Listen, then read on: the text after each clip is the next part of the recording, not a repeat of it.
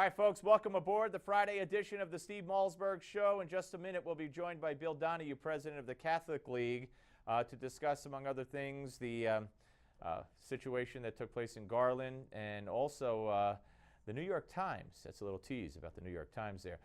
Today, thousands, tens of thousands showed up at the funeral of Brian Moore, NYPD police officer, 25 years old, 5 years on the force. Shot in the face last Sunday by a thug, died last Monday. And I was wondering, who is the President of the United States going to send to this funeral? Because after all, the President of the United States sends representatives of his office to the funerals of thugs who are killed legitimately by the police, such as the Michael Brown funeral. 3 members of Obama's administration were sent to Michael Brown's funeral. A thug punk who attacked a cop, grabbed a cop's gun, the gun went off, ran from a cop, and then charged at a cop with intent to do harm. That warranted 3 people from Obama's inner circle to go to that funeral. So I've said, all right, who's he sending to police officer Brian Moore's funeral in New York City today? And let me give you the name of the person he sent. That's right. Barack Obama sent no one. No one! Because it's only a dead cop. It's not a dead thug. Do you understand who Barack Obama is? I hope you do. May Brian Moore rest in peace. And may his family and comrades and friends just all be comforted by God. What else could I say? It is what it is. Joining us now is Bill Donohue, president of the Catholic League, Newsmax Contributor, author of The Catholic Advantage. Bill, great to see you as always, sir. How you doing, Steve? Let's talk about when we had the Charlie Hebdo situation. You were here, and you were kind of a lone voice, and you were stirring a lot of controversy by saying Charlie Hebdo should never drawn those cartoons in the first place, never printed them, and I won't say you blamed them, but you certainly said they brought it on themselves. I don't want to put words in your mouth. Sure. And now, here we are with the Garland affair last Sunday, and Pam Geller and her group, and Robert Spencer and their group, they're getting it not only from you, but also from Bill O'Reilly, Greta, and others who really didn't go that way last time it happened.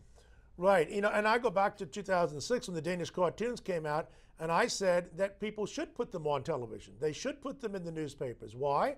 Because they were inoffensive. So what changed between 2006 and Charlie Hebdo in January of this year? I didn't change my mind.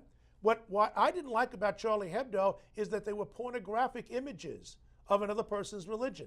Now, I would be a phony if I'm going to say it's wrong to engage in Catholic bashing, but go ahead and bash the Jews, bash the Muslims, bash the Protestants, the Buddhists. I'm not going to do that.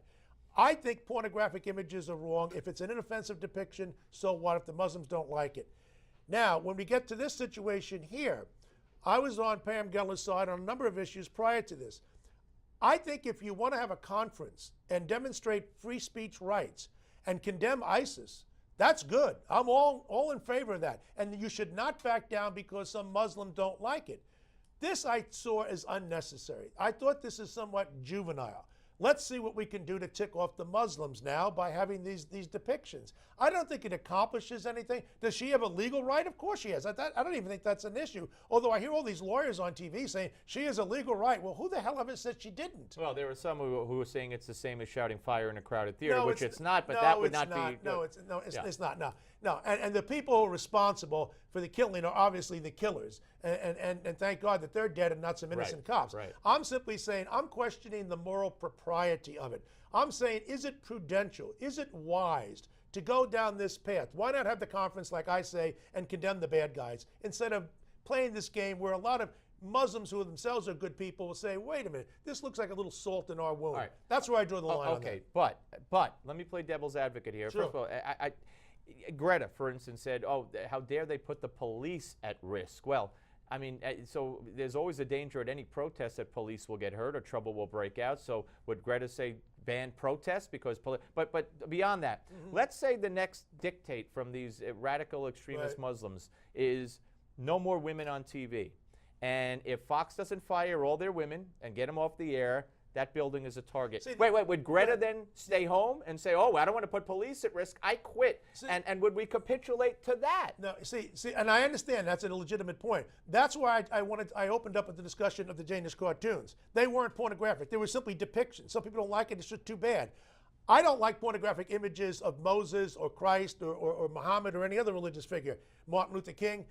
But when this situation here, it just seemed to me adolescent. What are you accomplishing? But I don't know, were these cartoons pornographic? No, they weren't. Yeah. But I mean, the whole idea is to say, we're going to stand up, we're not going to take it. Why not deal with it in a serious way? Because otherwise, I understand your point, and it's totally legitimate. But isn't it serious we're not to going practice what they consider free speech? Is it by practicing it a serious way of standing up to it? I think that if you want to go down that road, then we're going to have these little cartoon contests about everybody else's religion. Yeah, but Saturday Night Live had Christ, a fake movie trail of Christ returning with a machine gun and mowing everybody down. People laughed. Nobody burnt anybody, killed anybody. Let me just say this. What bothers me more than Pamela on this, and I don't agree with her at all, I think she intentionally insults people, but the New York Times went ballistic yesterday. They went bonkers protecting Muslims. Let me tell you something. I wrote a PhD dissertation on the ACLU and 2 books on them, and when the Nazis went into Skokie in 1978 in Illinois, the New York Times was never as exercised about the Nazis as they are about Muslims. They've defended every vile depiction against my religion. Brooklyn Museum of Art, elephant tongue on a Virgin Mary, crucifix in urine, the Smithsonian, when I complained about the ants on the cross of Jesus, they go crazy. The New York Times is very, very sensitive when it comes to bigotry against Muslims. Not so much against Jews, and certainly not against Catholics. Well, you wrote a great piece at Newsmax.com. Everybody could check it out at Newsmax.com about the New York Times and women. Yeah, because they're saying the other day the Catholic Church undervalues women. They got 29 people on their masthead. 66% of them are male. The top 6 positions, 100% of them are male. This is a newspaper which has been sued by women and had to pay out for 562 women for sex discrimination. They got rid of Janet Robinson. Then they replaced her with a man. She ran the Times, a company. They got rid of Abramson, replaced by a man. And by the way, during the course of my investigation, guess what newspaper in the United States was against the woman's right to vote in 1920? The New York Times. The New York Times. I win a new car. My God, yeah. I don't need any lectures from the New York Times about undervaluing women. How did they get away with this? I mean, you were able to find this out. It's not easy. I'll tell you the truth, though. It's not easy. But I do the research on this, and I can back up everything I've said. Oh, no, I'm sure you can, and it's a great piece. Everybody check it out at Newsmax.com. So the New York Times, let's see, defended the Nazis in Skokie, blasphemy against Jesus and Catholics and Christians, but when it comes to the Muslims, they went crazy on Pamela Geller. Look, I don't agree with Pamela Geller, but they treated her unfairly. And they went the other way, over the top with a hammer. And they give the impression that they're fighting for women's rights and they care about women and equal pay, blah blah blah. Yeah. When in fact you've uncovered that they treat women like how would you describe how do they treat women? Well, they undervalue them according to their own language. But I think what I find is striking too.